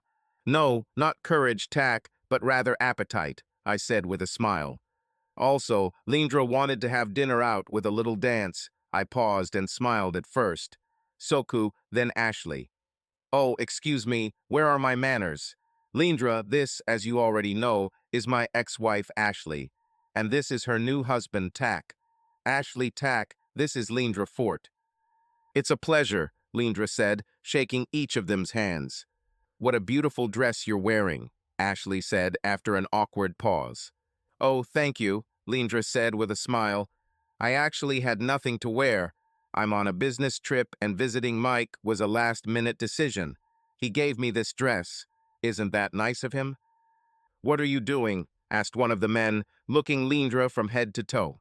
"I'm a senior chemist at Sable Enterprises," Leandra replied calmly. "My team is working on several new drugs, and we are close to releasing a revolutionary drug. For obvious reasons, I can't tell you more, but the purpose of my trip to New York is to determine the release date." I looked at Ashley's face, and it was clear that she felt overshadowed. And if someone drew attention to themselves, Ashley was terribly annoyed. A wave of gloating rose within me. Ashley simply nodded and turned back to me with an unpleasant smile. "So, Mike, why are you hiding out at the ranch? A year and a half has already passed. Are you really worried about our divorce? I thought you would finally understand that Tuck was always my true love. I thought your reactions were childish. Because you refused to accept the situation, our children are now separated. I know that you turned my son against me, but at least Tanya stayed with me." Ashley smiled and looked at Tuck. "I would have thought you'd be glad I found true love." Leandra felt me tense up and squeezed my hand again. She then looked at Tuck and me before turning to Ashley. "I'm sorry, but I don't understand," Ashley said with feigned innocent confusion. "Why you traded Mike for someone else is simply incomprehensible. But I think if you are really in love, such a reduction may be acceptable." Before anyone could respond, Leandra grabbed my hand. "Mike, you promised that we would dance. It was nice meeting you both." The orchestra had just started playing and Leandra sat with me on the dance floor. I was just a mediocre dancer, but Leandra was amazing. "That was masterful," I said, kissing her cheek. Leandra, in turn, hugged me tightly. We spent about an hour in the evening. This was enough to have a snack and dance some more. From time to time, I noticed Tuck or Ashley glaring at us. When we got home that night, I immediately wanted to take Leandra to bed. However, she insisted on having coffee first. Leandra said she needed to discuss something with me. At the kitchen table, Leandra placed her lipstick in the middle of the table. She twisted it slightly, and it swung open to reveal a small screen. "I hope you won't be offended, but your ex-wife is an evil bitch. She cheated on you and had the audacity to blame the consequences entirely on you. And her husband is a petty man with an inflated opinion of himself. He is emotionally immature and insecure. Believe me, you can't say anything worse than I've thought and said in the last 18 months, I replied with a sad smile. "Now, I want you to take a close look," Leandra said, picking up an object that looked like lipstick. "I shouldn't do this, but I'll show you how you can get revenge on your ex-wife and her new husband." I placed the cup of coffee on the table and leaned forward. Leandra definitely captured my attention. "I told you about the ability to determine compatibility and change it. This device does both. Simply touching another person's skin records and analyzes that person's chemical composition. Also, upon contact with human skin and activation of the device, this chemical composition can be changed. How does this work? I asked, now terribly excited. Leandra smiled at me.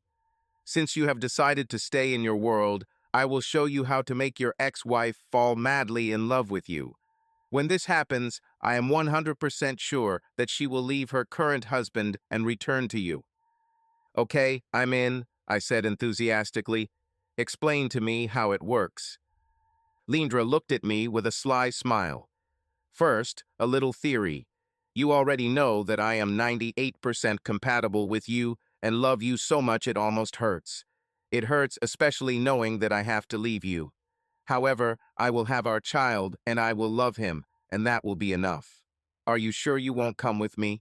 I looked into her beautiful blue eyes, full of hope. Because of my selfishness, I cannot say that I was even tempted. I cared about Leandra, but I was still desperately in love with Ashley. If I can get her back as a wife, that will be the only thing that matters to me. Taking her away from Tuck would be the icing on the cake. It was too tempting to refuse. It was purely selfish of me, and I didn't even foresee the consequences for Tuck, Ashley, or myself. Leandra, I wish I could love you the way you love me, I said. Maybe you should change my chemicals so I'll love you more than Ashley. I hoped I could do this, Leandra said, and I saw the painful sadness in her eyes. But your compatibility with Ashley is 96%. Tax compatibility amazed me. She's almost 100%. I've never seen such a high rate before. In fact, when I saw my 98% compatibility with you, I was shocked. I've only heard of this once before. So I should increase my compatibility to Taka's level? I asked, not quite understanding the whole process. No, you don't need to change anything about yourself, Leandra said firmly. You need to change Ashley's compatibility percentage relative to you. Confusion was evident on my face because Leandra laughed. What surprised me is that Ashley's chemistry is only 66% favorable to you. And what's even more surprising is that he is only 75% favorable to Tuck. As you already know, 60% is the threshold of love. If you increase Ashley's chemical compatibility in your favor to 89%, you can easily win her back. After a year and a half of depression, my days of darkness were soon to end. The thought of Ashley coming back to me filled me with joy. I think Leandra noticed the physical manifestation of my arousal and her face darkened. All I could do was blush. I have a few warnings that I need to explain to you, she said with obvious tension in her voice. Okay, I'm all ears, I answered without hiding my smile. It wasn't fair to Leandra, but I wasn't thinking clearly at the time. All I wanted was to get Ashley back and get revenge on Tuck at the same time. I understand your excitement, she finally said with a heavy sigh. However, there are two things you need to know. First, exceeding the 89% level is not recommended. There are potential side effects. Nothing terrible, but why take the risk when 89% would make Tuck just a side love for Ashley? Yes, raising this level would make Ashley even more attached to you, but why take the risk? I nodded and asked, what else do I need to know? I set this device so that it would dissolve a week after I left. After this time, it will disappear. If you don't use it during this period, you will lose the opportunity to make your ex-wife fall in love with you again. Okay, so how do I use it? It's very simple. Leandra was holding a device that seemed like a lipstick to me. See this groove? Turn it to the left and the screen will open. You can increase or decrease the chemical composition by turning the top of the device right to increase, left to decrease. Sure, we could reduce Tack's chemical composition, but that wouldn't necessarily help you. If we did that, Ashley might decide she doesn't want you or him, especially if she finds someone more compatible. I understand, but how do I use it? Once you set it to 89%, all you have to do is touch Ashley's skin and press that button at the bottom. The chemical change will occur within 2 to 3 weeks. After that, every time you are around her, she will fall more and more in love with you. She won't be able to resist it. I took the device Leandra handed me and kissed her tenderly. She answered me with a passionate kiss, and we headed to the bedroom. We made love until late at night. A few hours before dawn, I woke up to find Leandra already dressed. She was wearing a jumpsuit similar to the one that was destroyed. Apparently, she had a spare one. I quickly got dressed and took her to a remote part of the ranch. Leandra took the blue box and placed it on the ground. She then took out what I initially thought was a mobile phone and began typing something into it. "Are you sure you don't want to come with me? I can make the capsule big enough for both of us." "I know it's not fair, Leandra," I said, hugging her. "I wish I had met you sooner. If I could, I would reduce your chemical attraction to Ashley," Leandra said dreamily. The thought of not being able to get Ashley back suddenly filled me with fear. "Could you do that?" Leandra shook her head slowly, and her eyes filled with tears. "Not without your consent. Increasing compatibility is never a problem. However, reducing it when it reaches the 90% level without your consent can be very dangerous. Trying to force a change could result in your death. I'd rather have Ashley than see you dead." Leandra looked at me with deep sadness and asked, "Are you willing to let me lessen your attraction to Ashley?" "No," I shook my head. "I think it's for the best." Of course, I was terribly wrong. "Will I see you again?" I finally asked as Leandra checked her pod. "I will return to this world in 6 months," she said quietly. "If you want, I can visit you." "Will it be dangerous to travel when you're pregnant?" She giggled. "Pregnancy among my people lasts 5 months, not 9, and I will definitely be sent back to this world. They will hope that I can conceive another child with you. However, I will not even consider this option if you are married to Ashley." I kissed Leandra passionately and thanked her for giving me my life back. Her capsule seemed to have no visible means of propulsion, but it rose vertically upward and after a few seconds disappeared in an instantaneous flash. The next day I knew there would be an entertainment committee meeting at the club and Ashley would most likely be there. When I entered the conference room, I saw Ashley and 7 other women sitting around a table. There was tension in the air. I ignored the awkwardness and walked up to each of the women, shaking their hands. When I reached Ashley, I offered her my right hand while holding the button on the device with my left index finger. As soon as she took my hand, I pressed the button. There was a feeling of a slight discharge, and Ashley abruptly pulled her hand away. As with Leandra, I apologized. "Sorry, it was probably static electricity." Despite Leandra's warning, I increased the compatibility to 98%. I didn't want Ashley to even think about Tuck. "How can I help you, Mike?" she asked in an irritated tone. "We're a little busy here."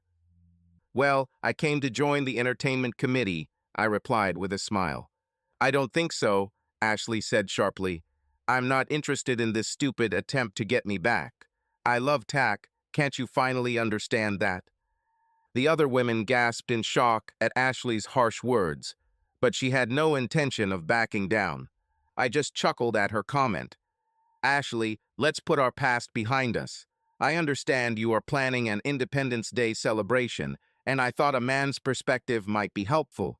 I have heard some men complain that all the activities on this day are only for children and women. I thought I could come up with some ideas that might interest men." Barbara Harris, who was sitting across from Ashley, immediately spoke up. "He's right, Ashley. My husband constantly complains about Independence Day celebrations. He says that there is nothing else to do besides food. For obvious reasons, we limited the amount of alcohol consumed throughout the day. We've also cut off internet access, so there's no television or decent cell phone service. It would be useful to hear a man's opinion." The other women quickly agreed, and, to Ashley's displeasure, I was included on the entertainment committee.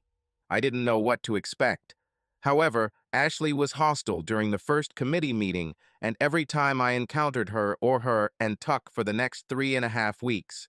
I started to think that something had gone wrong and that nothing would work out.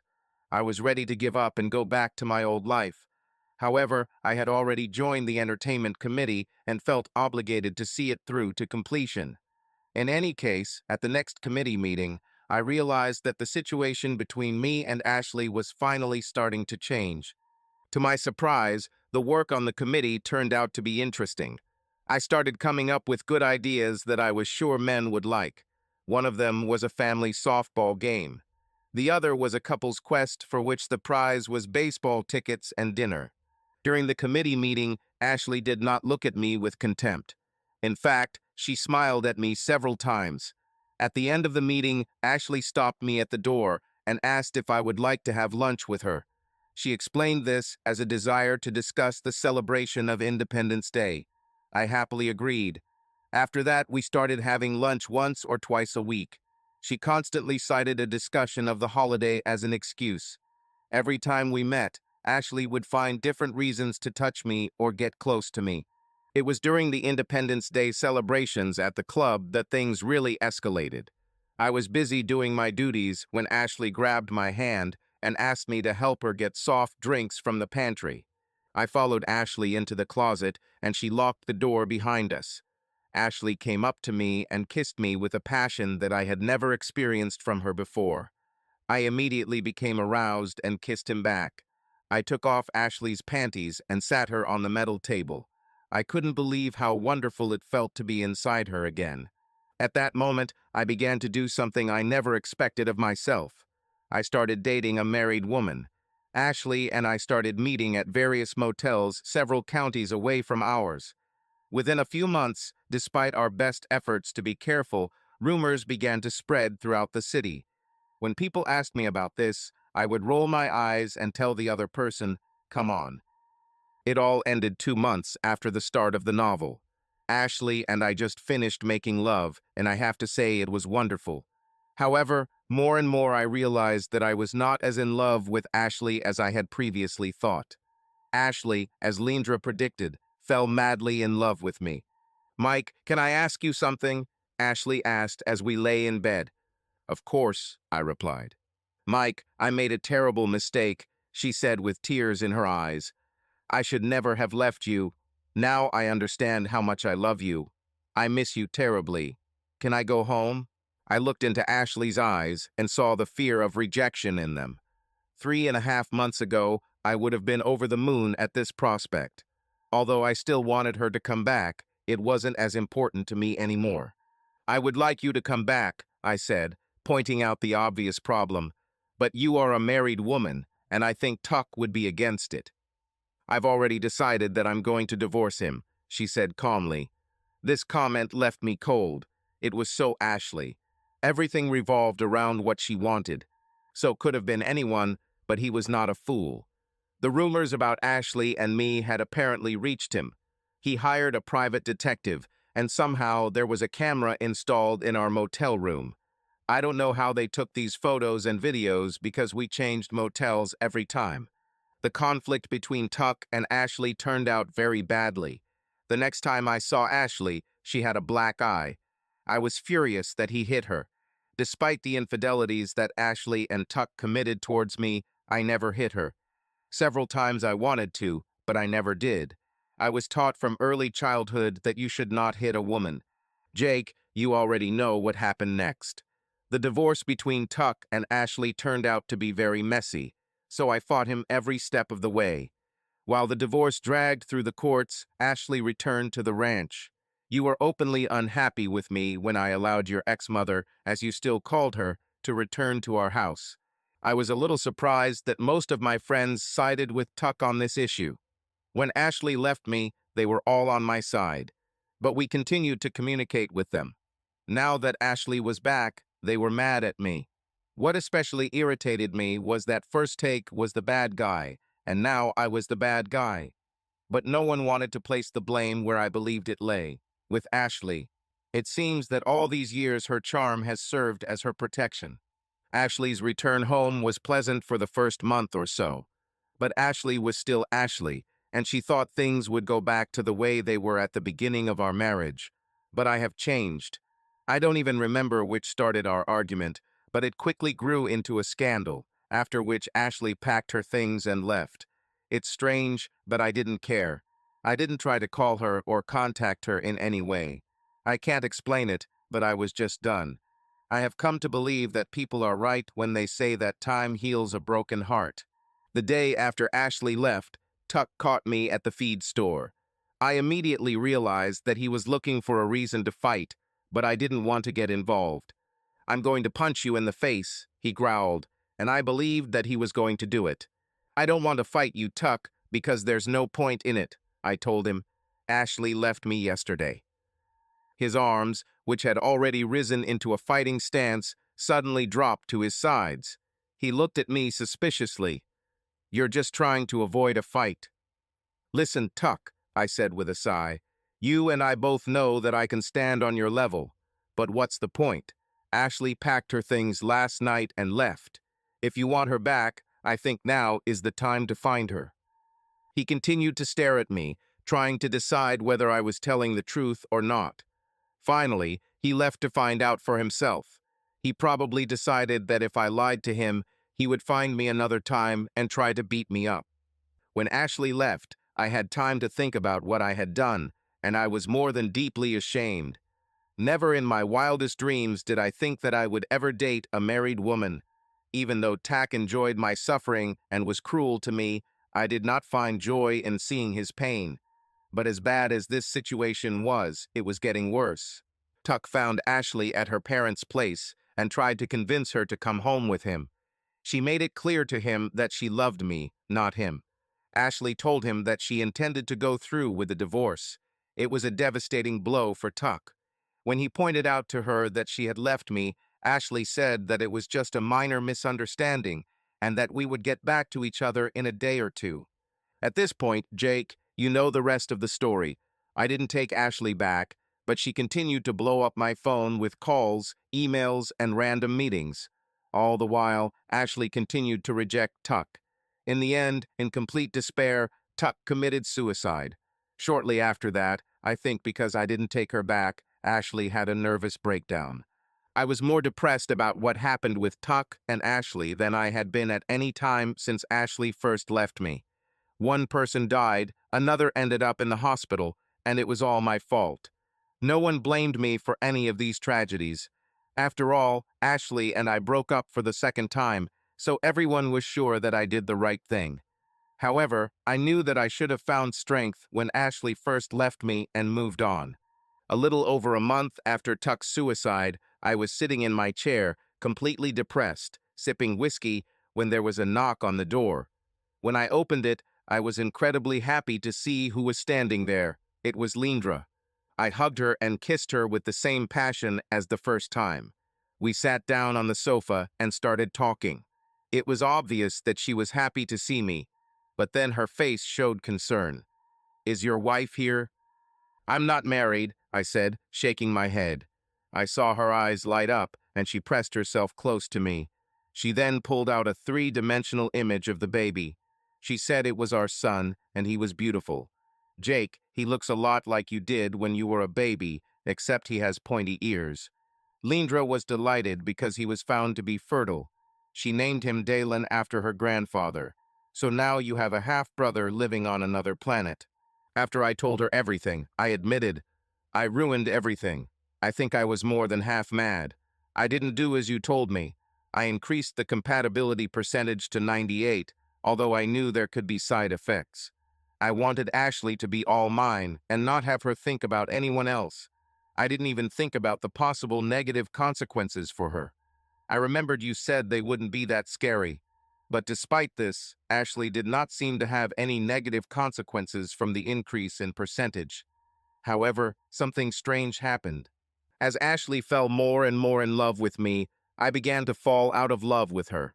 I think I started to realize that it was just my ego that was keeping me from letting her go. Guilt and worry crossed Leandra's face. "Let me check on you," she said, taking my hand and opening the screen on her device. Then a wide smile lit up her face. Leandra hugged me tightly and kissed me again, and then told me she was sorry. "Why are you sorry?" I asked. "I wasn't completely honest with you before I left. I didn't tell you that at the 89% level, your wife would only love you. Besides, I didn't tell you that I changed the settings. As your ex-wife's love for you increased, your love for her decreased. Remember, I couldn't raise the percentage above 90 myself unless you wanted it yourself. But you yourself brought it to this level. This information shocked me, and I just looked at Leandra for a long time, trying to digest everything. My gaze must have been longer and more severe than I thought, because Leandra began to be afraid. Are you really mad at me? No, I'm not angry at all, I said, shaking my head. I'm just trying to understand what happened. One thing I definitely realized through all of this was that I was finally able to see Ashley for who she really was. And what I saw was a man who was not very kind. However, I feel terrible guilt for what I did to her. Is there any way to fix this? Maybe you could change her chemicals so she doesn't love me anymore? Leandra shook her head. Unfortunately, no. The chemical composition of a person can only be changed once. Besides the dangers of going above 90%, if I tried to change her, it would probably drive her crazy. I made dinner for myself and Leandra, and then we went to bed. We made love 7 times that night, and Leandra was ready for the 8th time, but I fell asleep. This morning, I woke up feeling better than I had in the last month. I still had a lot of guilt, but I knew it was something I would have to live with. As I prepared breakfast, I teased Leandra. Did I really make you a baby again? She smiled and nodded. This time it's a girl. I chuckled and shook my head. These Thalia women were certainly fertile. Leandra told me about the results of her latest mission. Of the 24 women who came to Earth, 14 returned pregnant, and 6 of them brought their men with them. Once again, Leandra asked if I would like to return with her to her planet. This time I answered yes, so by the time you read this, I will have been in Thalia for 7 years. After I agreed, I suddenly began to worry about how I would make a living in such a strange new world. Leandra laughed and said that on her planet people work because they want to, not because they have to. Also, since I am a fertile man, the government will provide me with whatever I want. Also, since Leandra gave birth to 2 children as a result of her missions and brought her partner with her, she will be exempt from further travel. Leandra didn't say how many children she wanted to have, but she did say that she would never agree to share me with anyone. And that suits me just fine, because Leandra is more than enough for me. Jake, this is the story of my disappearance. I know this is hard to believe. If this had not happened to me, I myself would not have believed it. If anything in this letter is written strangely, it is because I did not type it. The Talians have a machine that reads your thoughts and prints out the story you want to tell. This is not how I would write it, but I think the facts are stated fairly accurately. Another large envelope in the safe deposit box contains my last will and testament. You will receive most of my property, including the ranch. Of course, you will have to work with my brothers and sisters, but I don't think that will be a problem. I also set up a trust fund to provide for your sister and another for your mother.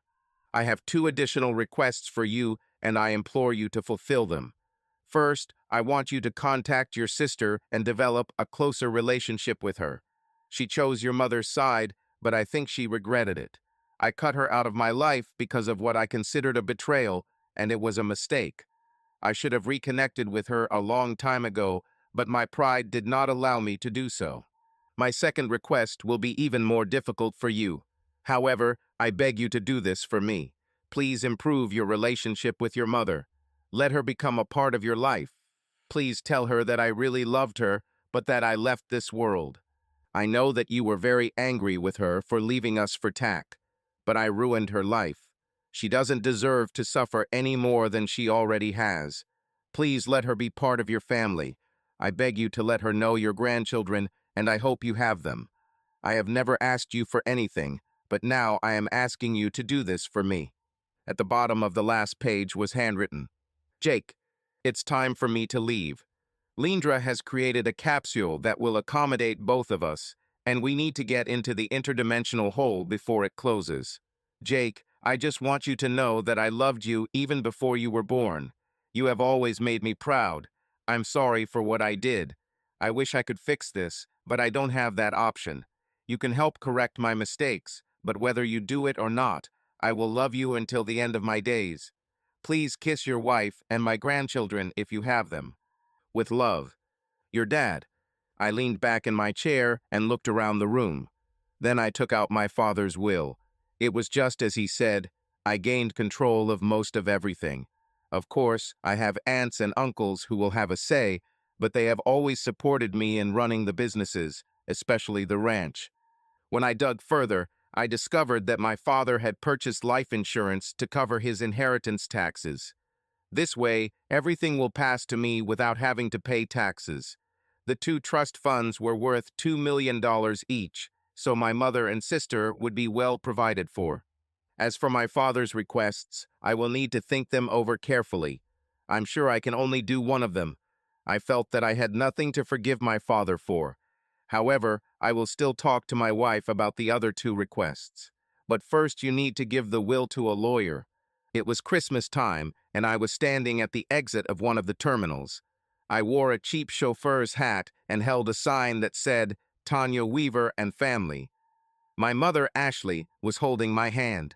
It took me 2 months to finally make up my mind, but with Jenny's constant urging, I contacted my mother and sister. When I called my mother and asked her if she wanted to have dinner with us, she cried for 5 minutes before saying yes. Dinner went surprisingly well. I was with Jenny and our sons, Mike Jr., Tommy, and Billy. My mother was very nervous before meeting my family, but she immediately connected with the boys, giving them each a video game. Jenny treated her mother like an old friend. At dinner, I fulfilled my father's request and told her that he really loved her, but that he had left this world. My mother lowered her head and cried quietly for several minutes. Then she looked at me and asked if my father really said that he loved her. I answered yes. She began to cry again, but I noticed that this brought her some relief. After that dinner, we began to invite her to visit more and more often. We even went on vacation for a week, leaving Mom to look after the boys. I was surprised, but she seemed to really enjoy it, and the kids liked that she was with them so much more than a regular nanny. My conversation with my sister was very tense at first. Tanya was very suspicious about why I wanted to establish a relationship with her after all these years. She said that Dad and I hated her for siding with Mom. This explained her cool attitude towards me over the years. I assured her that this was not so and said that my father's will had been found. This seemed to make her even more wary. I told her I would send her a copy, and after she read it, she could talk to the lawyers as much as she wanted. After that, I will call her back, and if she wants, we can meet and discuss everything. I didn't have to call her because she called herself. She wanted to know more about the trust. I told my sister that this was something we should discuss in person. I suggested that we fly east and we could meet. She agreed. Tanya was happy to see me, and this brought me more joy than I expected. She hugged me tightly when I walked into the house and didn't let me go until she introduced me to her husband Sid and 3 children, Todd, Chad, and Linda. They live in North Conway, New Hampshire, so I flew to Portland, Maine, and drove the car to see them. They had a beautiful 4-bedroom, 3-bath house on a hill. Her husband Sid, who worked at a local bank, seemed like a very nice man. Their 3 children, 10, 8, and 7 years old, were very polite. I asked my sister to teach my children some manners. I thought that Tanya's children would get along well with mine. My children were 9, 8, and 7 years old. The visit was a great success. When I explained to my sister that the trust was a generational fund, I think she was glad I came to sort it out. She seemed a little embarrassed because they didn't have money for their own lawyer. I explained everything to her as simply as possible. She could use the income from the trust throughout her life. When she dies, the trust will pass to her children. Tanya was very happy about this. When I was about to leave, I asked my sister if she and her family had any plans for Christmas. She said they were just going to stay home. On a sudden impulse, I invited them to my ranch. At first, she said they couldn't afford it. I then pointed out that she now had income from the trust. Tanya looked at her husband Sid, who nodded his head enthusiastically. When the children found out they were going to the ranch for Christmas, they went wild with joy. And now I'm standing at the airport with my mother, who, if it weren't for my father, I would probably never communicate with again. And I'm waiting for my sister, whom I ignored for almost a decade. I don't know where you are now, Dad, but thank you for bringing our family together. Subscribe to our channel so that your love doesn't cheat on you, and go ahead and listen to the next story, because this story is nothing compared to the next one. If you're under 18, don't even think click to the next one.